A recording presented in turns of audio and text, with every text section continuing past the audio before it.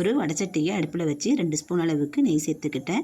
நெய் நல்லா உருகினதுக்கப்புறம் 10 முந்திரி உடச்சி வச்சுருந்தேன். அது இது கூட சேர்த்துட்டு பொன்னிறமாக வறுத்து எடுத்துக்கிட்டேன். அதுக்கப்புறம் 10 திராட்சையை அது கூட சேர்த்து அதுவும் பபுள்ஸ் வர வரைக்கும் வறுத்து எடுத்துக்கிட்டேன். அது கூட 1 கப் அளவுக்கு ரவை சேர்த்துக்கிட்டேன், 1/4 கிலோ அளவுக்கு.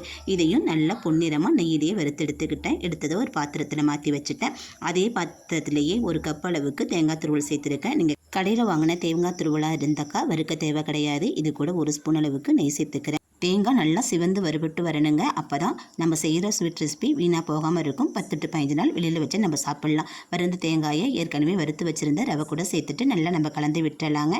அதே பாத்திரத்தில் 150 கிராம் அளவுக்கு சீனி எடுத்திருக்கேன். 1/4 கிலோ அளவுக்கு ரவைனா 150 கிராம் சீனி கரெக்டாக இருக்கும். நீங்கள் இனிப்பு அதிகமாக வேணும்னா கூடுதலாக சேர்த்துக்குங்க. இதை நல்லா கரைச்சி விட்டுக்கலாம். ஒரு கம்பி பதம் வரணும். ஒரு கம்பி பதம் வர அளவுக்கு கண்டிப்பாக இது கொதிக்கணுங்க. இல்லைனா நம்ம செய்கிற ரவை லட்டு உடஞ்சி போயிடும், நல்லா இருக்காது. இதை நம்ம வறுத்து எடுத்து வச்சுருக்கிற ரவையும் தேங்காய் கூடையும் சேர்த்து நல்லா மிக்ஸ் பண்ணி விட்டுக்கலாம். மிக்ஸ் பண்ணி விட்டுட்டு ஒரு 5 நிமிஷம் அப்படியே நம்ம மூடி போட்டு மூடி வச்சிடலாங்க. கைப்போ இருக்கிற சூடு இருக்கிற போதே லட்டு பிடிச்சிடணுங்க. இல்லாட்டி லட்டு ரொம்ப இறுகி போயிடும். ஃபஸ்ட் நம்ம லட்டு பிடிக்கும் போது தண்ணி பதம் இருக்கிற மாதிரி இருக்குங்க. நீங்கள் லட்டு பிடிச்சி வச்ச பிறகு எல்லா சுகரையும் அப்படியே எடுத்து இறுக்கமாக இருக்குங்க. லட்டும் சூப்பராக இருக்கும் சாப்பிட்றதுக்கு.